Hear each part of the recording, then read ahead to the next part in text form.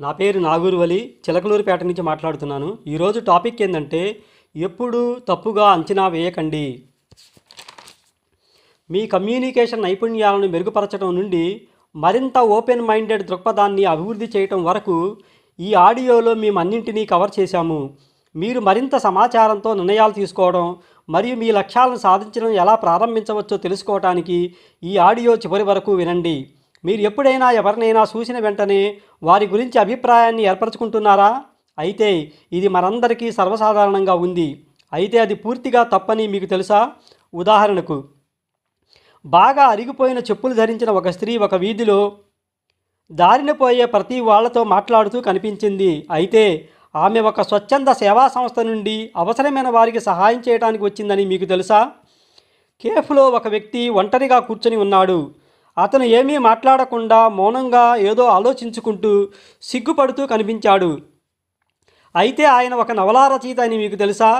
వర్గీకరించటానికి మరియు త్వరగా తీర్పు చెప్పటానికి మన మెదళ్ళు వైరుడి చేయబడ్డాయి.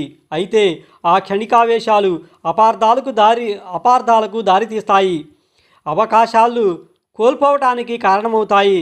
మీరు ఎవరికైనా కనిపించిన వెంటనే వారికి ఒక లేబుల్ వేయకండి. కొంత సమయం కేటాయించండి. ప్రతి ముఖం వెనక ఒక కథ ఉంటుందని గుర్తుంచుకోండి. ఉత్సుకత మరియు సానుభూతిని స్వీకరించడం ద్వారా మనం లోతైన కనెక్షన్లను నిర్మించవచ్చు మరియు మన చుట్టూ ఉన్న ప్రపంచం గురించి మన అవగాహన పరిధిని పెంచవచ్చు.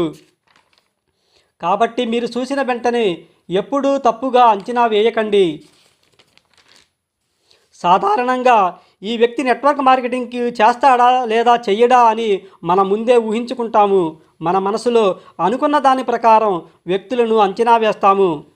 ఒక వ్యక్తి యొక్క శారీరక రూపాన్ని లేదా అతని ఉద్యోగ ప్రొఫైల్ను చూడడం ద్వారా మీరు వ్యక్తులను అంచనా వేయకూడదు. సోమరిగా కనిపించే వ్యక్తి కూడా అతనిలో ఒక స్పార్క్ను వెలిగించగలిగితే గొప్ప నాయకుడిగా మారవచ్చు. వీక్షించినందుకు ధన్యవాదాలు. ఈ వీడియో మీకు ఉపయోగకరంగా ఉంది అనిపిస్తే లైక్ చేయండి. ఇలాంటి మరిన్ని ప్రేరణాత్మక కంటెంట్ కోసం మా ఛానల్ని సబ్స్క్రైబ్ చేయడం మాత్రం మర్చిపోకండి.